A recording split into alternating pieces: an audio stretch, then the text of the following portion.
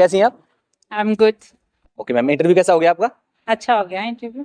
जी ma'am, ये आपका नाम क्या है एंड आपका एजुकेशनल बैकग्राउंड क्या है?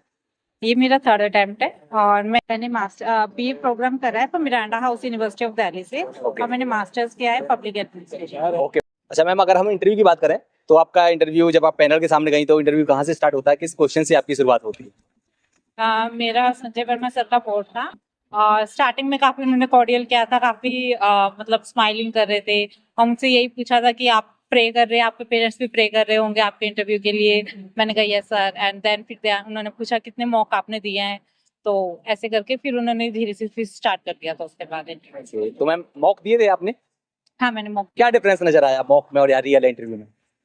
सिमिलर इन्वायरमेंट ही मुझे लगा, ऐसा कि मॉक में भी मतलब ऐसा ही था कि कोऑपरेटिव थे, कुछ मॉक्स कुछ में ग्रिलिंग की जाती है, लेकिन यहाँ पर ऐसा नहीं था। यहाँ पर सब काफी कॉर्डियल थे और क्रॉस क्वेश्चनिंग भी इतनी नहीं कर रहे थे, जो आप आंसर दो वो सेटिस्फाई थे। एंड मैम, अगर हम बात करें आपके प्रीवियस अटेम्प्ट्स की कंपैरिजन, इस बार आपने ऐसा क्या मेजर चेंजेस किया और प्रीवियस अटेम्प्ट्स में आपकी क्या गलतियां रही थी, आपको लगता है कि उनकी वजह से आपका प्रीलिम्स रुका या मेंस रुका और देन आप इंटरव्यू तक नहीं पहुंच पाए?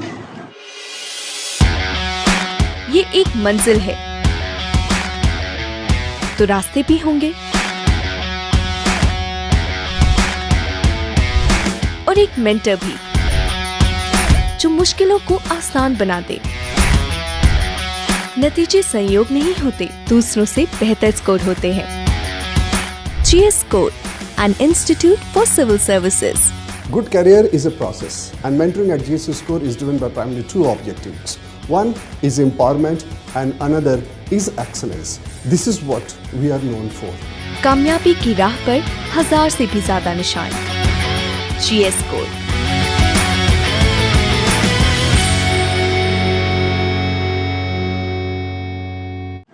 पहले मेरे 2 अटेम्प्ट्स में मेरा प्रीलिम्स नहीं हो रहा था और मेन प्रीलिम्स का ये था कि मैंने मॉक टेस्ट प्रैक्टिस नहीं किया था।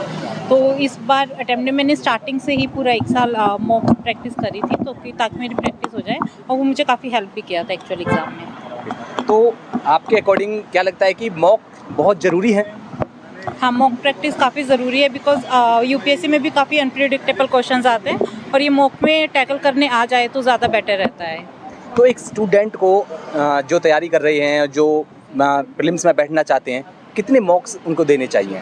क्या इसका कोई लिमिट या कुछ है कि नहीं इतने मॉक्स अगर मैं दे लूँ तो मुझे लग रहा है कि मैं सेफ जोन में पहुँच सकता हूँ? ऐसा तो नहीं है, ये अपना स्ट्रेंथ और वीकनेस पे डिपेंड करता है। काफ़ी का ऐसा होता है कि प्रीलिम्स कंफर्टेबल एरिया होता है, लेकिन काफ़ी के लिए हर्डल बन जाता है। तो जिनको प्रॉब्लम है वो एटलीस्ट 35 मॉक्स तो दे के चलें, उससे ज़्यादा दे सकते हैं तो ज़्यादा बेटर है।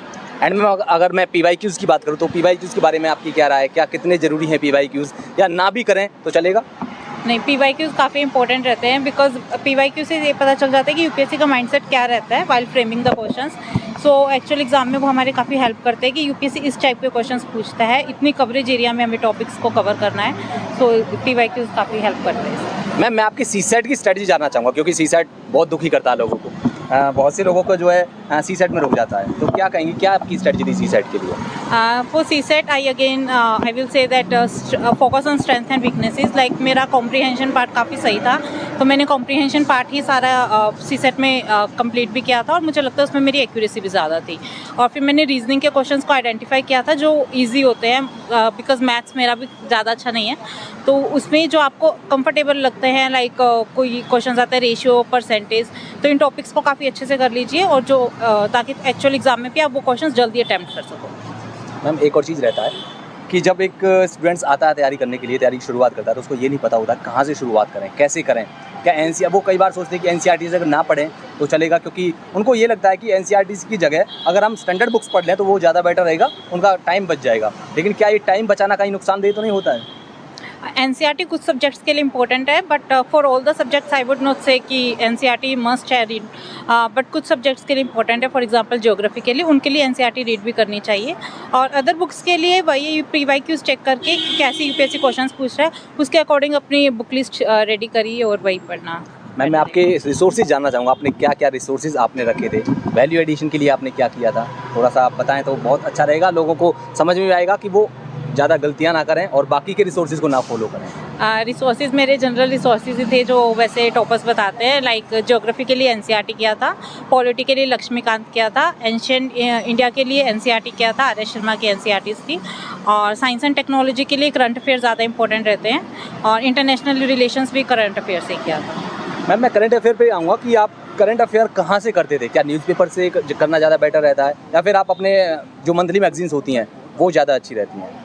मैंने दोनों ही कवर किया था, बिकॉज डेली न्यूज़पेपर रीड करते हैं तो हमें अंडरस्टैंडिंग रहती है कि ये न्यूज़ में चल रहा था, और इसीलिए फिर मंथली मैगजीन भी कवर करनी ईजिली हो जाती है, बिकॉज पता होता है कि पास्ट में ये हुआ है।